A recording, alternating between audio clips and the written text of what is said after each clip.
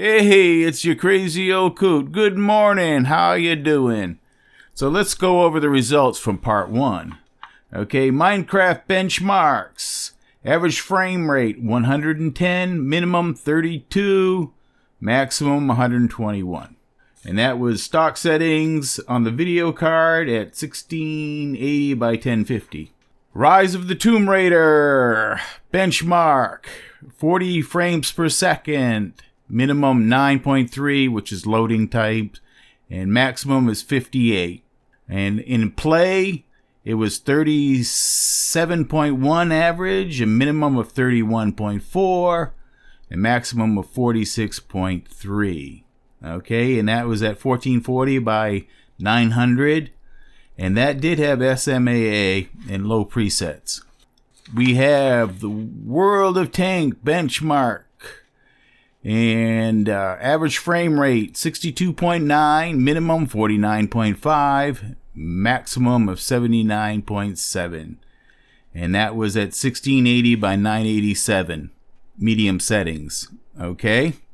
So these are all playable games.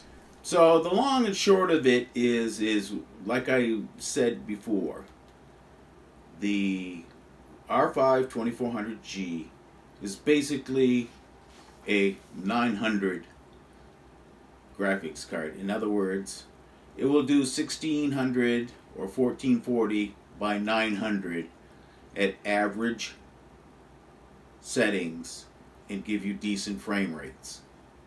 Okay? Now some easy games that are well optimized, you can go higher. Some poorer games that are less well optimized can go lower. Okay, two for example, and the two that didn't have, because I had trouble a little bit with the MSI Afterburner. It was probably my fault. It's the first time I've used it. And like Dota 2 was at 1680 by 1050, which is the settings of the monitor. That's a 1050 monitor. And it was basic settings high. Okay, and it ran pretty decent.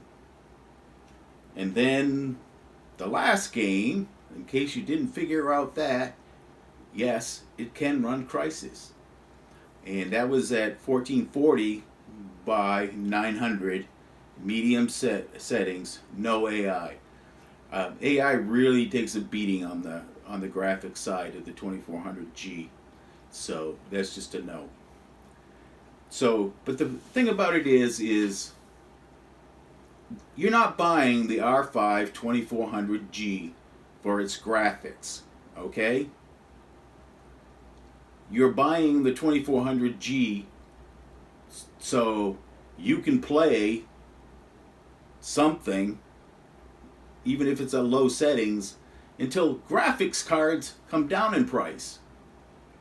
And then, when they do, you can throw in a GTX 1060, 6GB, or an RX 580, 8GB, and it will handle it. No friggin' problem. Now, the other people said, yeah, but I mean, for the money you spent there, you could buy used and do better. Yeah. Okay. So here is a picture of, this is what I call my junker. Okay. This is leftover parts, mostly from my FX 6200 build.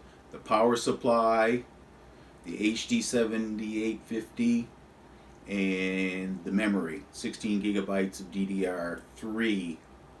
Okay, so in this one, and it's got an i7 920, and let's see, anything else important? Not really. And I did buy, the only new part in this is the SSD, which I bought for $65 on sale. Okay, so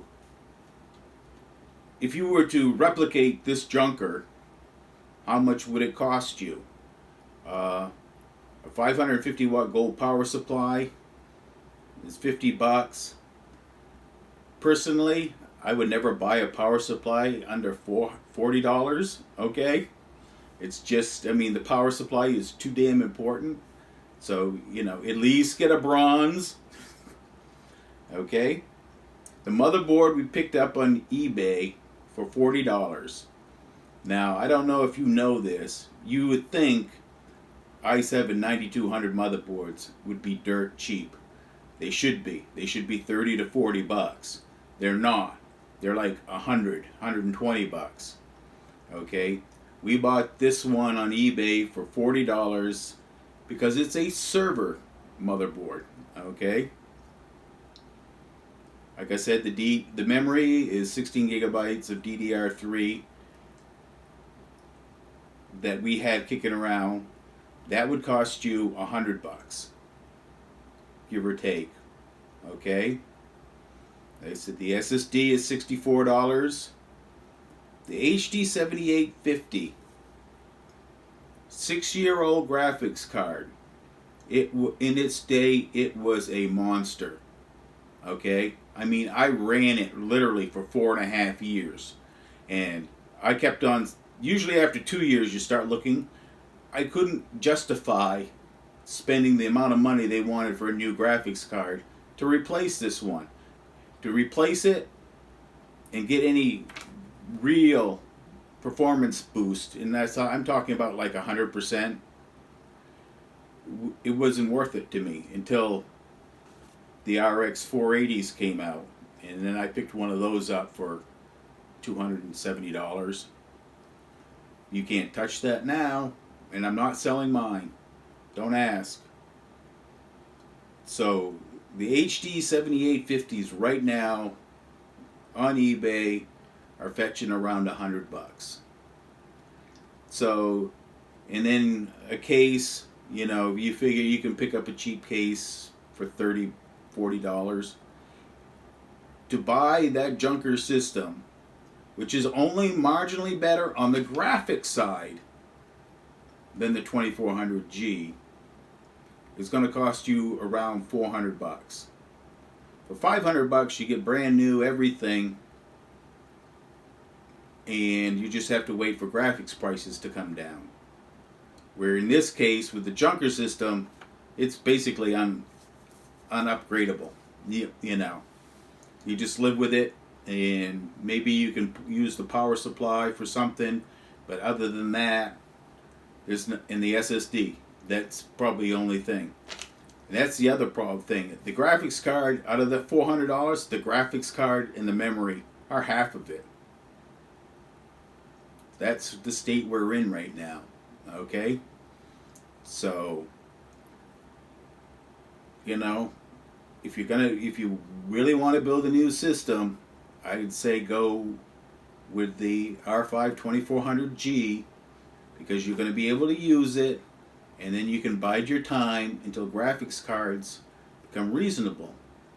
Now, my R5 2400G, my son is borrowing it, and he threw in his GTX 1050 Ti overclock, and he just put it in, loaded the drivers, and it runs great.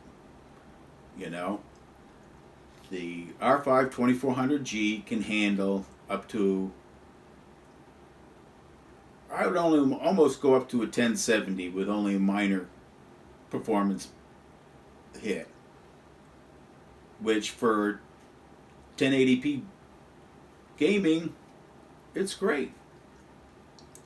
So that's the only other thing if you want to get the R3 2200G, that is, to me, an office computer, because it will handle your emails, your Excel files, you know, do all the graphics, because nothing's graphic intensive, and it's cheap. You can build one of those for $430. So that's the state we're in. I wish we were in a better state, but it is what it is. And this is your crazy old coot wishing you a good evening.